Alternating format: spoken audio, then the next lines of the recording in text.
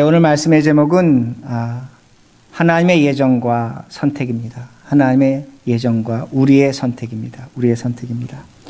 오늘 설교가 좀 딱딱할 수 있고 약간 사변적입니다. 논리적이고 철학적입니다. 그러나 사실 여러분, 우리가 갖고 있는 성경을 아폴로기아라고 하는데 그 말의 의미는 변증서입니다. 히브리서, 로마서는 거의 신학적 내용이 됩니다. 그러기에 오늘 말씀을 잘 따라오시면 여러분들이 당하는 고난, 어려움을 잘 이해하시게 됩니다. 우리 장로교는 칼빈의 예정론을 믿습니다. 신앙으로 고백합니다. 예정론은 무엇이냐면 하나님이 어떤 사람은 구원하시기로 만세 전에 작정하셨고 어떤 사람은 구원하시지 아니하기로 만세 전에 결정하셨다는 겁니다. 로마서 9장을 보면 하나님은 야곱을 사랑하시고 에서를 미워하셨다고 말씀합니다. 하나님이 야곱을 사랑하셨습니다. 그리고 에서는 미워하셨습니다. 그러기에 하나님께서는 긍휼하게 여길 자를 긍휼하게 여기시고 강팍하게 여길 자를 강팍하게 여기신다고 말씀합니다. 하나님은 구원받을 자와 구원받지 못할 자를 이미 결정하시고 그 결정에 따라서 하나님의 구원 사역을 이루어 가신다는 겁니다. 이런 예정론에 대해서 인간의 선택과 자유의지를 강조하는 사람들은 비난합니다. 공격합니다. 왜 그러냐면 만약에 그렇게 하나님께서 구원을 이미 작정하고 예정하셨다면 우리가 왜 전도를 해야 되는가? 우리가 왜 기도해야 되는가? 그렇게 할 필요가 없다는 겁니다. 이미 하나님께서 만세 전에 우리의 구원을 결정하시고 우리의 미래를 예정하셨다면 우리 기도할 필요 없다는 겁니다. 이미 하나님께서 다 결정해 놓은 것 우린 그대로 살면 된다는 겁니다. 우리 전도할 필요도 없습니다. 이미 결정하셨기 때문에. 이런 비난과 공격을 한다는 겁니다. 그러나 예정론이 성경에서 강조되는 이유는 무엇이냐면 하나님의 구원의 온전함을 강조하는 겁니다.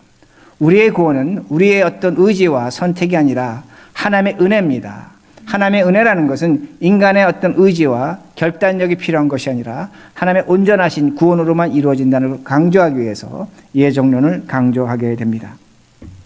그러기에 오늘 우리 교회 속에, 성경 속에 두 가지가 있습니다. 하나는 예정론이 있지만 또 하나는 인간의 자유와 의지를 강조하는 그런 내용도 있다는 겁니다. 로마서 10장 13절을 보면 누구든지 하나님의 이름을 부르는 자는 구원을 받는다고 말씀합니다. 누구든지입니다. 하나님의 예정과 상관없다는 겁니다. 같은 로마서를 바울이 썼는데 하나는 바울이 예정론을 얘기하지만 다른 한 군데에서는 바울은 누구든지 예수의 이름을 부르면 구원을 받는다고 얘기합니다. 요한복음 3장 16절은 누구든지 예수를 믿으면 멸망하지 아니하고 영생을 얻는다고 말씀합니다. 즉 성경은 뭘 강조하냐면 우리의 선택, 우리의 의지를 중요하게 강조합니다. 우리의 선택에 따라, 우리의 의지에 따라 우리는 구원에 이른다는 겁니다. 하나님의 예정과 반대라는 겁니다. 그럼 왜 이런 선택과 의지를 강조하는가? 하나님은 모든 사람을 구원하시기로 작정하셨습니다. 모든 사람의 은혜를 베푸신다는 겁니다. 그러기에 하나님의 부르심을 받는 사람은 반드시 그 부르심에 응답해야 된다는 겁니다. 응답은 우리가 하는 겁니다. 내 의지로 하는 겁니다. 내 자유로 하는 겁니다. 그러기에 인간의 의지와 자유가 중요하다는 겁니다. 그러므로 다시 말씀드립니다. 예정론을 강조하면 우리는 하나님의 로봇입니다. 하나님이 이미 모든 걸 결정해 놓으셨고 그 뜻에 따라 우리는 살아갈 뿐입니다. 우리가 그걸 변경할 수 없습니다. 그러나 인간의 자유와 의지, 선택을 강조하면 우리는 하나님의 로봇가 아닙니다. 우리는 그 앞에서 우리의 뜻과 우리의 힘을 갖고 당당하게 살아간다는 겁니다. 이 두 가지가 교회 속에서 지난 2000년 동안 나눠진 교리가 됩니다. 그러면 오늘 우리는 이 예정과 인간의 선택에서 하나님은 과연 어떤 모습으로 나타나시는가입니다. 하나님은 과연 예정의 하나님인가? 그렇지 않으면 하나님은 오늘도 우리의 선택, 의지를 중요하게 여기는가? 질문해 볼 수밖에 없다는 겁니다. 근데 오늘 성경 본문은 우리에게 하나님의 하나님 되심을 가르쳐 주는데 다르게 가르쳐 준다는 겁니다. 본문 1절에서 3절 보시기 바랍니다. 1절에 3절.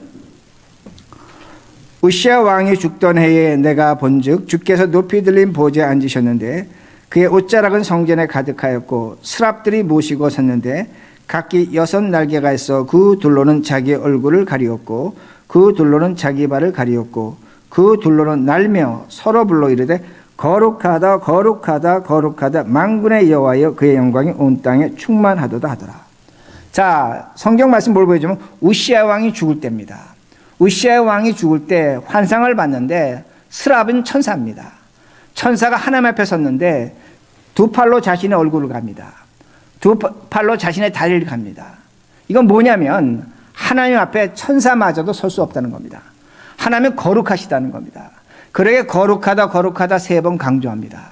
거룩하다는 의미는 구별됐다는 겁니다. 다르다는 겁니다. 하나님이 천사와도 다릅니다. 우리와도 다릅니다. 하나님은 무엇으로 구별되고 무엇으로 다르냐면 죽음과 다른 겁니다. 그러니까 인간은 죽을 수밖에 없지만 하나님은 죽음에서 구별되신 분입니다. 이별되신 분입니다.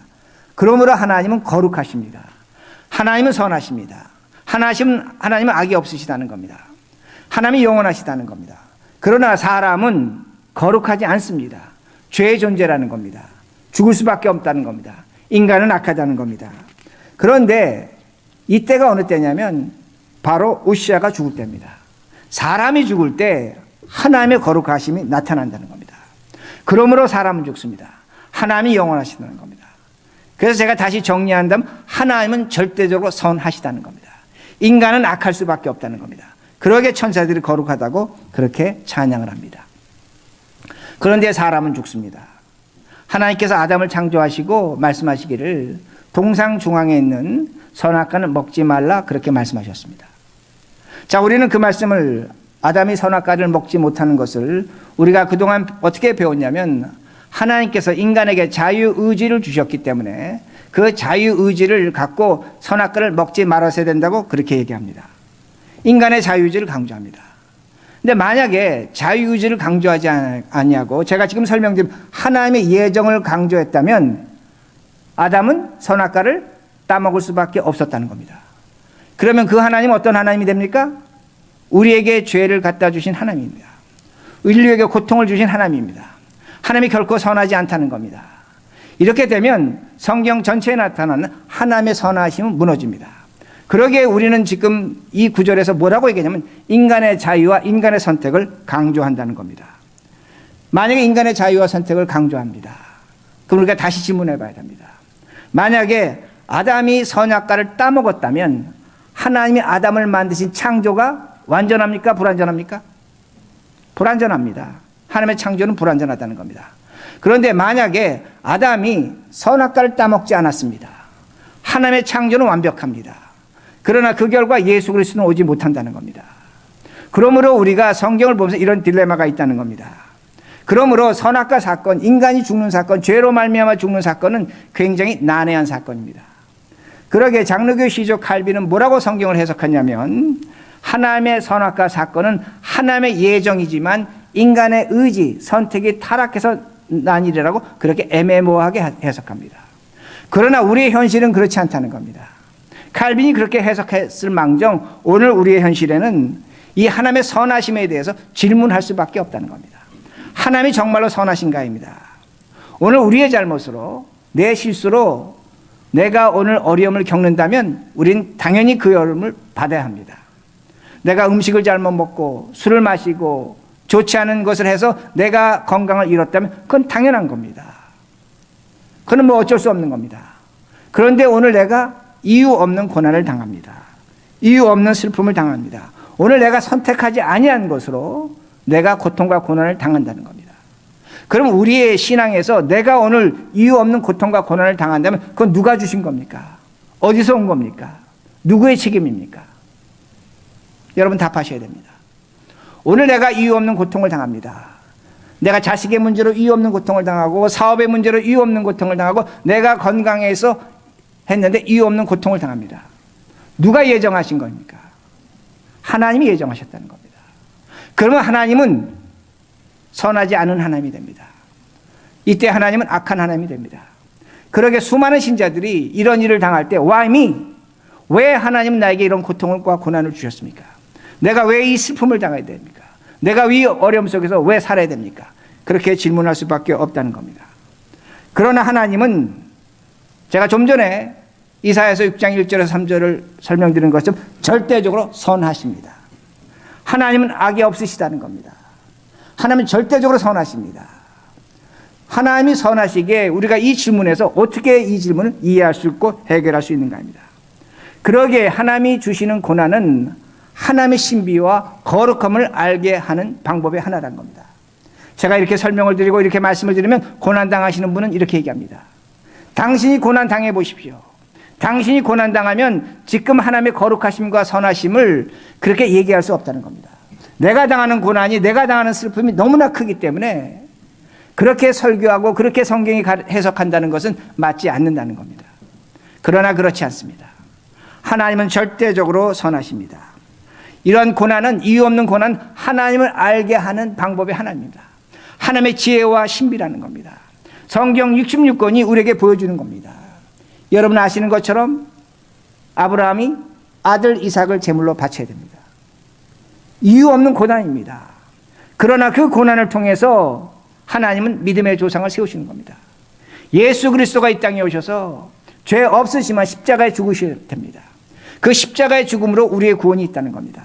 그러므로 오늘 내가 당하는 이유 없는 고난은 그저 오는 것이 아니라 하나님이 우리에게 길 열어주시며 하나님의 은혜와 하나님의 신비함이 나타나는 결과라는 말씀됩니다. 제가 이렇게 설명합니다. 우리 교회에서 주일이 되면 아이들이 제 방에 찾아옵니다. 어린아이들이 찾아와서 저에게 얘기하는 거면 아이스크림 사달라는 겁니다. 여기 바깥에 아이스크림 가게 가자는 겁니다. 아이들이 왜 저에게 아이스크림을 사달라고 합니까? 집에서 부모님들이 안 사줍니다. 왜? 단 것, 건강에 안 좋습니다. 소화당뇨도 생길 수 있고 비만도 생길 수 있습니다. 사주지 않습니다. 근데 저는 사줍니다. 왜냐하면 아이들에 대한 책임이 없기 때문입니다. 저는 가벼운 마음으로 사줍니다. 그러나 부모님들은 아이들에 대한 직접적 책임을 갖고 있습니다. 그러기에 아이스크림을 사주지 않는다는 겁니다. 부모님은 그 대신 아이들에게 뭘 주냐면 아이들이 싫어하는 음식을 줍니다. 오트밀 줍니다. 시금치 줍니다. 먹기 싫어합니다. 부모들은 그걸 먹이려고 애들과 싸운다는 겁니다. 그러기에 아이들은 저에게 찾아와 아이스크림을 사달라고 얘기합니다. 그러나 맛없는 음식이 그들의 건강을 지켜준다는 겁니다. 아이들의 입장에서는 저는 선한 사람입니다. 아이들의 입장에서 부모는 악한 겁니다. 왜? 자신들이 원하는 아이스크림과 자신들이 먹고 싶은 음식을 사주지 않기 때문입니다. 그러나 여러분 뒤바꿔 생각해 보시기 바랍니다. 부모의 입장에서 아이스크림을 주지 않는 것이 선입니다. 그리고 아이스크림을 주는 것이 악이라는 겁니다. 이렇게 선과 악은 다르다는 겁니다. 그러기에 우리는 우리의 입장에서 오늘 내가 당하는 일로 하나님의 선과 악을 판단해서는 안 된다는 겁니다.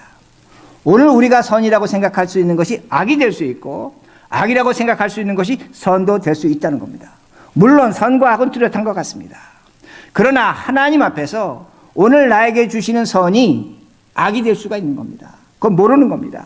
그러나 내가 오늘 이유 없는 것으로 고통당하고 악함으로 있는 것 같지만 그것이 하나님의 선으로 나타날 수 있다는 겁니다.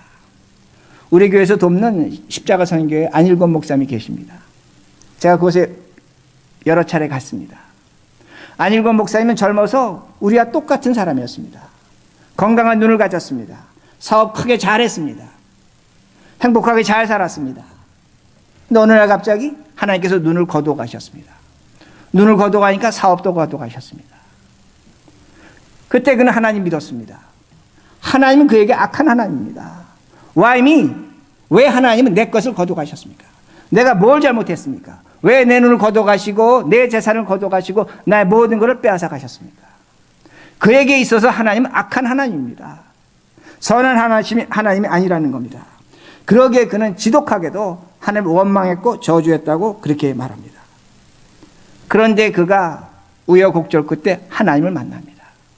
하나님을 만나고 나니까 그가 악한 사람이었습니다. 자신이 악이었습니다. 하나님은 선했다고 그렇게 말합니다. 그리고 말합니다. 내가 맹인된 것에 감사합니다 얘기합니다. 내가 지금 사역하고 하는 이것에 감사하다고 그렇게 말합니다. 맹인된 것에 감사합니다. 다 빼앗긴 것을 기뻐합니다. 그리고 지금 하나님이 주신 사역을 한다고 그렇게 말합니다. 근데 안일권 목사님은 이 사역을 그가 하는 알코올 중독자, 마약 중독자들에게 똑같이 적용합니다. 왜 사람이 알코올 중독이 됩니까? 왜 마약 중독이 됩니까? 누군가에게 상처받은 겁니다. 세상에 상처받은 겁니다. 그걸 이기기 위해서 술을 마셨고 마약을 했습니다. 그러기에 그들은 평생을 원망하며 저주하며 살았습니다. 미운 사람이 있는 겁니다. 그걸 이기지 못해서 술을 마셨습니다. 근데 그 치유 프로그램이 있습니다. 일주일짜리 프로그램인데 마지막 날 되면 그 치유 프로그램에서 그렇게 평생 미워하던 사람, 저주하던 사람을 불러냅니다. 그리고 그들 앞에서 무릎 꿇고 회개합니다. 자신에게 악한 사람이었습니다. 미운 사람이었습니다.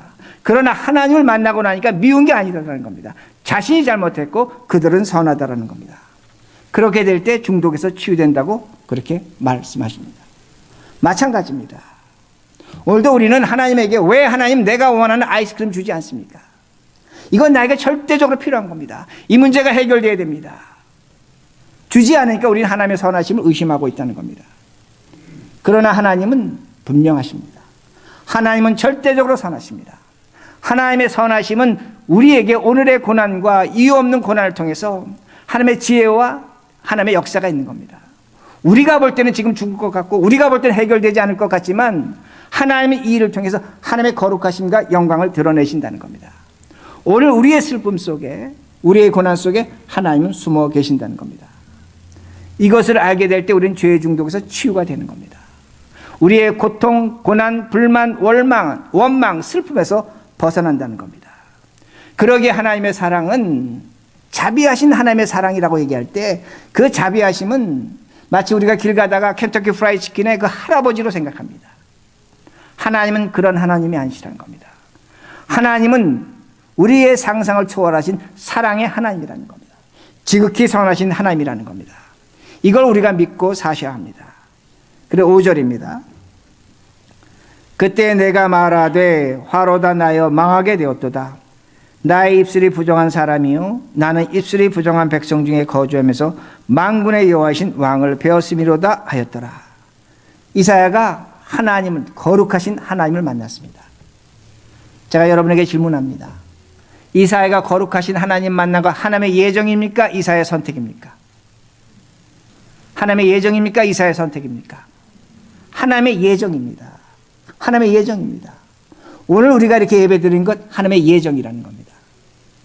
그런데 우리는 이사야와 같은 경험이 없습니다. 친구의 전도에 의해서 아내의 전도에 의해서 어떻게 하다 보니까 교회 다니고 예수를 믿었습니다. 하나님이 나를 인도하신 뚜렷한 증거와 현상은 없습니다. 그러기에 우리는 어떻게 생각하냐면 오늘 나는 내가 예수를 선택하고 예수를 믿었습니다. 우리는 그렇게 생각합니다. 물론 교회에 와서 성령의 역사로 내가 예수를 믿는다고 하지만 실제로 내가 당한 일은 내가 경험한 일은 내 선택입니다. 내 자유입니다. 내 의지입니다. 그런데 과연 이것이 맞는가입니다. 오늘도 우리는 선택합니다. 여러분 아침에 오실 때에 내가 교회 몇 시에 갈까 선택하고 오셨습니다. 어떤 옷을 입을까 선택하고 오셨습니다. 여러분 무엇을 먹을까 무엇을 마실까 무엇을 입을까 선택하시며 사십니다. 우리가 그렇게 선택하며 산다는 겁니다. 근데 그 선택하시는 것에 여러분 정말로 깊이 들여다 보신다면 그 선택이 어떻게 일어나는가입니다. 여러분 물을 마십니다. 커피를 마십니다. 여러분이 어떻게 선택하셨습니까? 저는 종종 경험합니다. 제가 누군가하고 커피를 마실 때 저는 커피를 마시고 싶은데 그분이 물 마시겠다고 합니다. 그럼 저도 물을 선택합니다. 여러분이 오늘 예쁜 옷 입고 오셨습니다. 그 예쁜 옷 왜 입고 오셨습니까? 왜 빨간 색깔, 노란 색깔 옷 입고 오셨습니까? 다른 사람들이 보니까 예쁘다고 한 겁니다. 그러니까 그 옷을 선택하신 겁니다. 여러분 오늘 누군가를 만날 것 선택합니다. 왜 그 사람 선택합니까? 그 사람이 여러분에게 주는 유익이 있기 때문입니다. 기쁨이 있기 때문에 그러게 선택한 겁니다. 제가 뭘 말씀드리냐면 오늘 우리가 선택한 것 같지만 그 선택 저변에는 내가 아니라는 겁니다. 상대방이라는 겁니다. 마찬가지라는 겁니다. 오늘도 우리가 하나님을 선택한 것 같습니다. 외형적으로는 맞습니다. 그러나 내면 깊은 곳은 하나님의 예정이라는 겁니다. 우리는 하나님을 선택한 것이 아니라 하나님이 우리를 선택하셨습니다. 그러기에 우리들이 선하게 살아야 됩니다. 어떻게 선하게 살 것인가? 하나님이 선하시기에 우리가 선하게 살아야 된다는 겁니다. 6절과 7절입니다. 그때에 그 서랍 중에 하나가 부젓가락으로 제단에 집은 바 핀 숯을 손에 가지고 내게로 날아와서 그것을 내 입술에 대며 이르되 보라 이것이 내 입에 닿았으니 내 악이 제하여졌고 내 죄가 사여졌느니라 하더라. 이사야 입술이 부정했습니다. 죄인입니다. 그런데 천사 하나가 뜨거운 부젓가락으로 이사야의 입술을 지집니다. 그리고 성경은 말씀하는 게 뭐냐면 내 죄가 용서됐다는 겁니다. 이사야가 무슨 죄를 잘못했는가? 어떤 죄를 졌는가? 오늘 우리의 죄는 이렇습니다. 하나님 말씀대로 살지 않으면 죄입니다. 오늘도 세상의 윤리와 도덕에 맞추지 못하면 죄입니다. 우리는 그걸 죄라고 얘기합니다. 분명히 죄입니다. 분명히 죄지만 오늘 성경은 우리에게 또 다른 죄를 보여줍니다. 이 죄가 무서운 죄라는 겁니다. 이 죄를 우리들이 알고 살아야 된다는 겁니다. 꼭 알아야 할 죄가 있다는 겁니다. 그것이 무엇인가입니다. 8절입니다. 내가 또 주의 목소리를 들으니 주께서 이르시되 내가 누구를 보내며 누가 우리로 갈고 하시니 그때 내가 이르되 내가 여기 있나이다 나를 보내소서 하였더니 이사야의 소명입니다. 네, 여러분 깊이 생각해 보시기 바랍니다. 이사야가 죄가 용서됐습니다. 그는 다른 사람보다 깨끗한 겁니다. 입술이 깨끗해졌습니다. 그러니까 입술이 부정한 이스라엘 백성에게 내가 가겠다는 겁니다. 그러게 하나님이 그래 너 가라. 왜? 너는 이스라엘 백성보다 입술이 깨끗하다는 겁니다. 그러니까 이사야는 지금 어떻게 생각하면 나는 저들보다 깨끗하다는 겁니다. 죄가 없다는 겁니다. 문제는 뭐냐면 이사야가 그들을 깨끗하게 할 수 있다는 것이 착각이라는 걸 성경은 가르쳐줍니다. 9절입니다. 여호와께서 이르시되 가서 이 백성에 이르기를 너희가 듣기는 들어도 깨닫지 못할 것이요 보기는 보아도 알지 못하리라 하여.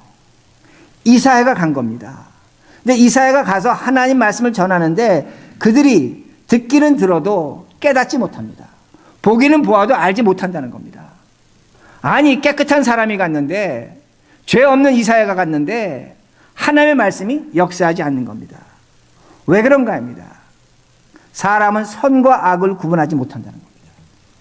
이사야가 깨끗해졌지만 선과 악을 구분하지 못한다는 겁니다. 여러분 아시는 것처럼 이번에 북한의 김정은하고 트럼프하고 싱가포르 회담이 현재로서는 결렬됐습니다. 이루어지지 않았습니다. 트럼프 대통령은 뭐라고 얘기했냐면 북한의 비가역적 비핵화입니다. 그러니까 뭐냐면 불가역적 비핵화입니다. 그러니까 두 번 다시 북한은 핵을 가질 수 없다는 겁니다. 이번으로 끝이라는 겁니다. 그리고 우리는 핵을 갖고 있어서 미군 핵을 갖고 있어서 세계 평화와 질서를 유지하겠다고 그렇게 말합니다. 이게 트럼프의 선입니다. 근데 북한의 김정은 선은 뭐냐면 우리는 핵으로 정권을 유지할 수 있다는 겁니다. 핵이 있어야 된다는 겁니다. 핵이 없으면 정권이 무너진다고 생각합니다. 그들의 선은 핵을 보유하는 겁니다. 여러분 두 사람 다 선을 갖고 있습니다. 김정은의 선과 트럼프의 선이 반대입니다. 이게 사람의 선이라는 겁니다. 인간의 선이라는 겁니다. 근데 트럼프가 아주 재밌는 얘기를 했습니다. 지금 우리는 포커 게임 하고 있다는 겁니다. 저는 그 표현이 아주 적절하다고 생각합니다. 포커 게임 하면 누가 땁니까? 한 사람은 땁니다. 나머지는 다 이렇게 되어 있습니다. 따는 사람이 선입니다. 이기는 사람이 선입니다. 지는 사람은 패자입니다. 악입니다. 인류 역사에서 마찬가지입니다. 2차 세계대전 전쟁했지만 승자가 선입니다. 패자는 악입니다. 이게 인간의 선과 악이라는 겁니다. 인간의 선과 악으로 보면 이기는 자가 선이요 지는 자가 악입니다. 그러나 하나님의 선은 이렇지 않다는 겁니다. 하나님의 선은 이것이 아니라는 겁니다. 10절이죠. 10절. 이 백성의 마음을 둔하게 하며 그들의 귀가 막히고 그들의 눈이 감기게 하라. 염려하건대 그들이 눈으로 보고 귀로 듣고 마음으로 깨닫고 다시 돌아 고침을 받을까 하노라 하시기로. 하나님이 뭐라고 말씀하시냐면 이사야가 누구를 보낼까 하니까 나를 보내소서 갔습니다. 그리고 이사야가 하나님 말씀 전하는데 하나님은 안 된다는 겁니다. 그들은 이 말을 듣고 회개할 수도 없고 회개해서도 안 되고 그들은 그대로 있어야 된다는 겁니다. 그들을 죽게 내버려 두라는 겁니다. 그러니까 이사야가 너무나 기가 막혔습니다. 그래서 11절에 12절 이렇게 질문합니다. 이사야가 내가 이르되 주여 어느 때까지이니까 하였더니 주여 내가 도대체 이들을 죽게 언제까지 내버려 둬야 됩니까? 이렇게 질문했습니다. 주께서 대답하시되 성들은 황폐하며 주민이 없으며 가옥들에는 사람이 없고 사람이 없고 이 토지는 황폐하게 되며 여호와께서 사람들을 멀리 옮기셔서 이 땅 가운데 황폐한 곳이 많을 때까지니라. 하나님 뭐라고 말씀하시냐면 너가 지금 나의 사역자라 같지만 너도 선과 악을 모르고 백성들도 선과 악을 모르기 때문에 이 나라가 망할 때까지 외치라는 겁니다. 얼마나 공허한가입니다. 하나님의 말씀을 외쳤으면 그 말씀의 결과가 나타나야 되는데 결과가 없습니다. 망할 때까지 내버려 두라는 겁니다. 그러니까 이사야가 너무나 기가 막힌 겁니다. 근데 하나님이 한술 더 뜨십니다. 13절. 그 중에 10분의 1이 아직 남아있을지라도 이것도 황폐하게 될 것이나 밤나무와 상수리 나무가 배임을 당해도 그 구루터기는 남아있는 것 같이 거룩하시니까 이 땅에 구루터기니 하시더라. 하나님 뭐라고 말씀하면 10분의 1, 열의 9이 죽었습니다. 다 망했습니다. 다 끝났습니다. 그런데 그것마저도 없어진다는 겁니다. 그리고 단 하나를 남기십니다. 뭘 하나 남기시냐면 하나님께서 거룩한 씨 하나 남기시겠다는 겁니다. 이것 하나 남기시겠다는 겁니다. 거룩한 씨는 단수명사입니다. 하나만 남기겠다는 겁니다. 하나님이 이 세상의 악 모든 것 다 멸하시고 오로지 하나만 남기시겠다고 말씀하십니다. 이게 뭔가입니다. 거룩한 씨입니다. 거룩한 씨입니다. 제가 1절에서 3절에서 거룩하다는 말씀의 의미를 설명드렸습니다. 하나님의 씨앗이라는 겁니다. 단수명사입니다. 하나님의 선이라는 겁니다. 예수 그리스도라는 겁니다. 하나님은 뭘 말씀하시냐면 내가 너희들이 이 세상에서 선과 악을 구별하지 못하기에 이 세상에 있는 악은 다 제어버리겠다는 겁니다. 없애버리겠다는 겁니다. 그리고 나머지 하나 거룩한 씨 하나님의 선하심 예수 그리스도만 남겨놓겠다고 그렇게 말씀하십니다. 그러게 답이 나오는 겁니다. 오늘 우리가 이유 없는 고난을 당합니다.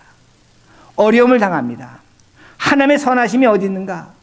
하나님의 선하심은 거룩한 시 예수 그리스도를 믿는 것입니다.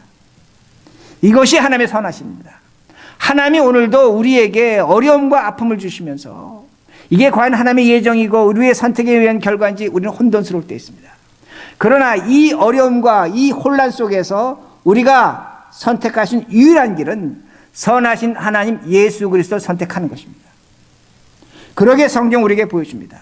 수많은 것들이 있었습니다. 열에 열이 있었습니다. 다 없어집니다. 오늘도 마찬가지입니다. 우리에게 열에 열이 있습니다.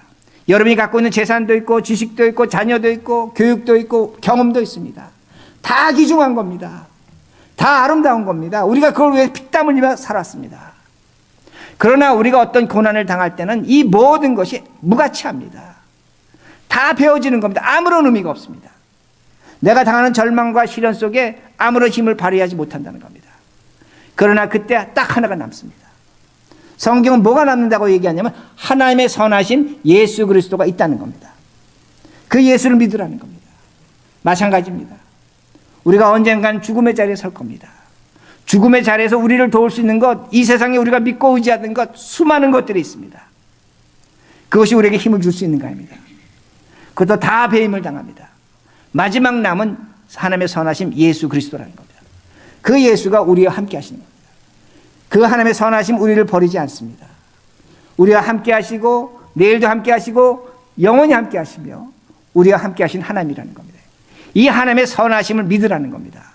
그러게 말씀을 정리합니다. 우리가 신앙생활 하다 보면 하나님의 예정으로 일어나는 일인 것 같습니다. 우리의 선택으로 일어나는 일인 것 같습니다. 혼란스러울 때가 있습니다. 그러나 말씀은 분명합니다. 하나님의 선하심, 거룩하신 예수 그리스도를 믿으시기 바랍니다. 이 예수로 이 어려움을 이기시는 우리 모두가 되길 바랍니다.